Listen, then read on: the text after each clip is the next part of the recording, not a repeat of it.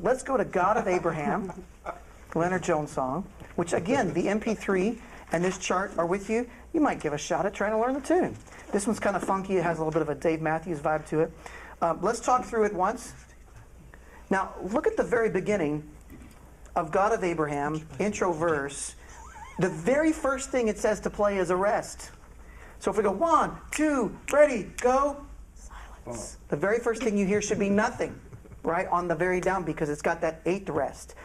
What can confuse some folks, once you hear it a couple of times and if you're playing it, it's really obvious. But the first time you read it, it's an 8th rest and an 8th. Wait, let me just take a second and erase this. It's an 8th rest and an 8th note. But you look at the next rest. The next rest is a 16th rest. And that's what throws people upon initial looking at it. So you've got this, so you've got an 8th rest, an 8th note. That equals 1 beat, right? 1/2, 1/2. That's a whole beat. But now you've got a 16th rest, an 8th note, and another 16th rest. Now follow this. That equals 1/2 of 1. Right? That's a 1/4 of 1. That's a 1/4 of 1. This together makes 1 beat. That's the first 4th. That's the second and third 4ths. And that's the 4th 4th. Okay? So what you'll have then is this is beat 1 and. Beat 2, the and of beat 2 is inside that thing, because that's a 4th, second 4th, third 4th, 4th 4th. Then you've got a, and then you've got a, another beat 3, which is an 8th note, an 8th rest, so that's the total of 3, and then a 1/4 rest, which gives us a total of 4. So this is all beat 1, beat 2. So if I say 1 and 2, 3, 4, 1 and 4, 1 and 3, 4, 1 and 3, 4, 1 and 3. Though he does it a little bit faster than that. Okay? And then I think you can catch the rest as you go, but when you very first see that first rhythm and you first hear it, I wanted you to have an idea where it's coming from. I'll point out intro verse over and over. Notice we got the 2-bar repeat, measures 3 and 4. Remember that guy? It says, after vocal begins, play twice. So that means we're going to keep repeating it. When the vocal starts, we're going to play this section 2 more times. So it's an indeterminate, unknown number of repeats at the beginning of it. We're just going to keep playing it over and over. When the vocal starts, we stay on this section, play it 2 more times. After he's been singing, and we've been playing that for 2 more times, then we drop into bar 5. Bar 5, we actually play the downbeat. Bam! And then there's this little riff. Okay? And then the F. And then 5, 6, bar 7 and bar 8, we've got another 2-bar repeat. Right? And then we move on to measure 9. Measure 9 has the same riff, same thing as the intro. Does that look familiar? 9 and 1 are the same. 10 and 2 are the same. Another 2-bar repeat. And then check this out. Measure 12, it says 3 times total. Right? So we got those 4 bars. We do them 3 times total. Everybody with me? Yes. Okay. Now, measure 13. A minor 7. Blah, blah, blah. 4 measures repeat. Then we keep going. F2 over A, which has a first ending on the next line. That's the G minor. Now this one's tricky because this gets a lot of people off. Measure 20, the first ending, repeats back to measure 17, the F2 over A. Some people will accidentally repeat back to the A minor 7. Don't do it. Resist the urge. When you get to the first ending, repeat back to the F2 over A. You with me? Yes. F2 over A. B flat over D, C. Now second time, second ending, G minor, blap, blap, F over A, B flat 2. Now remember, at the end of this line, I'm looking at bar 23, where it says second time to coda. What do? We ignore codas until it tells us when. At that point, at the second time through, it's to coda. But this is only the first time we've arrived at that place. So don't go to coda, then we keep going straight. We ignore it for the first time. Measure 24 looks a lot like measure 1, doesn't it? Measure 24, 25, 2-bar repeat. First ending, repeat back to 24 again. Now we take the second ending, bottom line, measure 28. And there's this another cool little riff that happens in measure 29. It only happens the one time. I'm very proud of that one, because that's one that I came up with in the studio. Actually, okay, yes, Fergus Marsh, bass player from Canada, he contributed part of it, but I had the original idea. Hey, let's do a riff here. Anyway, so measure 30. Notice on measure 30 we've got this 2-bar phrase, and it says 4 times, then DS to bar 13. 4 times. So we're going to play that 4 times. Bum, bum, bum, bum, bum, bum, bum, bum. Then we DS back to 13. The sign is at 13. Now, in this case, I got a little box around the sign. Something you can put a box, you can not put a box. I was just in a box mood when I made the chart. You could go either way. So 13, we repeat. F2 over A. We got a first ending at measure 20. Back to F2 over A. Now we go second ending. Now it's second time to coda, which puts us on page 2. Page 2 is the coda.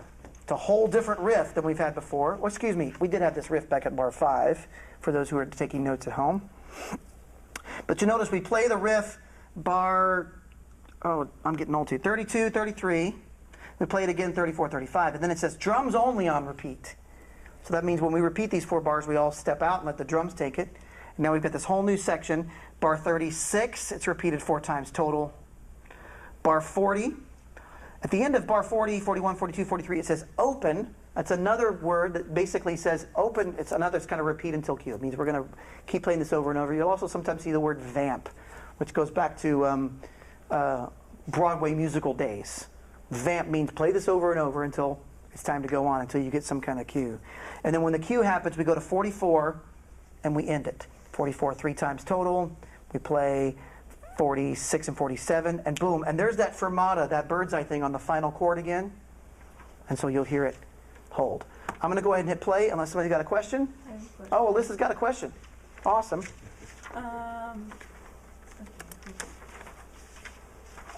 First question is, why are there some notes like mapped out? Is that just like during the riffs it's mapped out? Gotcha. Alyssa's question is, why are there some notes mapped out? So you're looking at measures 5 and 6. You're looking at the bottom of the measure 29. So those are where everybody in the band needs to play a very specific, now we're back to the classical realm where everybody's going to play these exact notes. Until you'll hear the band play it. Everybody will play that exact rhythm and those exact notes. If you need the exactness, you kind of have to go back to that old classical notation system. This class is designed to see how far it can take you before we have to start looking at the staff. But there are advanced musical things that at some point everybody's going to have to decide how far they're going to go. But if you keep going further, you're eventually going to need to have notation. A lot of my theory professor friends think I'm nuts for trying to do this without notation at this stage. But I really think you can go way further in artistry and creativity without getting bogged down by notation in the early stages. Down the road, in the full version of our school, we'll have a notation version as well, because I want to take people as deep as they'll want to go. So, yeah, so you have to revert back to, here's the actual notation of notes on the staff. Since you bring it up, I'll also point out to you that at the very top of the piece, it's got a bass clef symbol. Because this is a common thing in the jazz realm, because if the bass player can nail the riff, then everybody else can figure the riff out.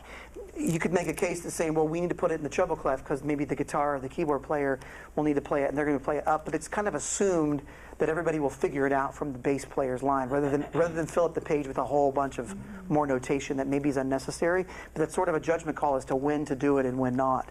In Leonard's case, it was, let's put that bass riff there, and I wrote the notes of the riff. For those who can't read the music at all, they can just go, oh, measure 5, F sharp, G, B flat, C. And for those who don't actually read, they can see the letters, because he'll go to churches where they don't read at all, but they can see that and learn the riff a little faster. So yeah, I just did that as a courtesy. Chords to actual notes right there. Right, now this is why I said there's 2 ways of doing that. In this chart, I did it where it says the word riff at bar 5. That's trying to indicate these aren't chords, these are just single notes. It's a riff. Don't play F chord, F sharp chord, G chord, B flat chord, just play single notes. And then I went back right after the riff and I put parentheses chord, so that F You'll notice the note head is now a slash and not a regular note head. And I said chord so that we know to play an actual full chord on that. And I think I did the same thing down at the bottom. Maybe forgot to put the chord notation. Another way of doing that is to put in period C period, which is an abbreviation for no chord. So no chord, when you see these letters, you're just doing an individual note, a single note.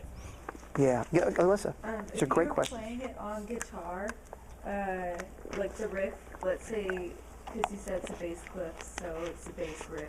If you're playing on guitar, would you play the octave above, or would you play the C? Technically, it's a judgment call. It's an artistic call. Okay. Technically, it would be something that the musician would hear the vibe of what's going on and make a decision there. Most musicians would with some instincts, would determine that they want to do it in the lower part of the guitar. Okay.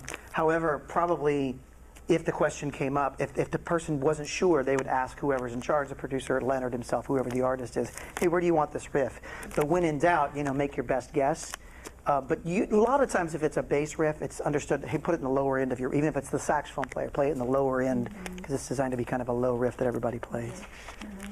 I love it. Oh, you need 3 chocolates for all your questions. And I'm actually not exaggerating. There's 1, 2, 3 chocolates. I love it. Notice questions get rewarded. What is the C at the very front, where underneath the intro verse? I don't know if you explained that. Common. The C with the Good common question. sign? Okay, so she's asking, what's the big letter C? It's to the right of the bass clef, at the top of the page, but it's before the first measure. And that big letter C stands for common time.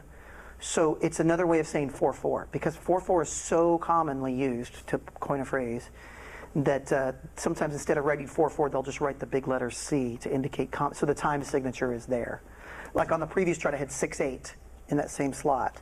In this case, I could have put 4/4, and it would have meant the exact same thing, just C for common time. Good questions. Is that sideways swoosh there connected with that? That's just an affectation with the jazz font that I'm using. He's asking about the swoosh after the C.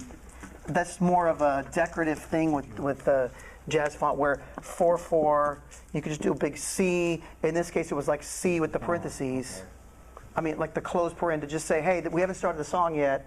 This is common time. Yeah, it's more of a decorative feature without as much meaning. Well, and to offset the idea that we haven't started the song yet, in terms of where it is on the page.